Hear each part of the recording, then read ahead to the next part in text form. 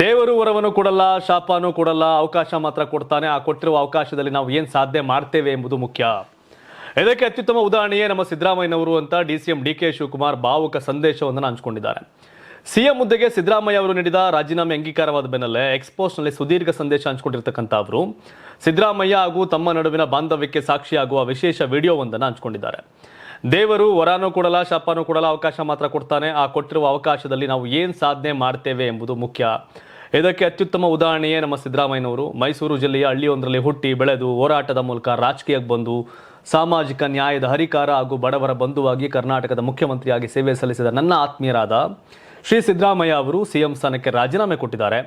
ಕರ್ನಾಟಕದ ರಾಜಕೀಯ ಇತಿಹಾಸದಲ್ಲಿ ಅತ್ಯಂತ ಯಶಸ್ವಿ, ಪ್ರಭಾವಶಾಲಿ ಹಾಗೂ ದೀರ್ಘಾವಧಿ ಮುಖ್ಯಮಂತ್ರಿಯಾಗಿ ಜನಮಾನಸದಲ್ಲಿ ನೆಲೆಸಿರುವ ಅವರು ಭಾರತೀಯ ರಾಜಕಾರಣದ ಧೀಮಂತ ನಾಯಕ ಎಂದಿದ್ದಾರೆ. ಇನ್ನು ಈ ಮಧ್ಯೆ ತನ್ವೀರ್ ಸೇಠ್ ಮಾತನಾಡಿದ್ದು ಕೂಡ ಭಾರಿ ಚರ್ಚೆಗೆ ಕಾರಣ ಆಗಿದೆ.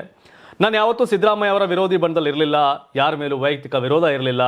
ಸಿದ್ದರಾಮಯ್ಯ ಅವರು ಮುಖ್ಯಮಂತ್ರಿ ಸ್ಥಾನ ಬಿಟ್ಟಿದ್ದಾರೆ ಅಂದರೆ ನಾನು ಬೇಸರ ಮಾಡ್ಕೋಬೇಕಾ, ಕೊರಗಿ ಕೂರಬೇಕಾ ಅಂತ ಪ್ರಶ್ನೆ ಮಾಡಿದ್ರು. ಖರ್ಗೆಯವರು ಬರೆದ್ರು, ಇವರು ಬರೆದ್ರು, ಬರವಣಿಗೆಯಲ್ಲಿ ಭಾವನೆ ತುಂಬಿದ್ದಾರೆ. ನಿಜವಾಗ್ಲೂ ಭಾವನೆ ಯಾರಿಗೂ ಇಲ್ಲ ಇವತ್ತು. ಸೊ ಅಷ್ಟೇ. ಫ್ಯಾಮಿಲಿ ಸೆಂಟಿಮೆಂಟು, ಲವ್ ಇವೆಲ್ಲ ಬರೆಯೋರೆಲ್ಲ ಏನು ಹಂಗೆ ಬದುಕಿರ್ತಾರೇನೋ. ಸೊ ಹಾಗಾಗಿ ನಮ್ಮ ಈ ಭಾವನಾತ್ಮಕ ಬರವಣಿಗೆಗಳೆಲ್ಲ ಇದೆಲ್ಲ ಇಟ್ಸ್ ಆ ಟೈಮ್ ಬರೆಯೋದು.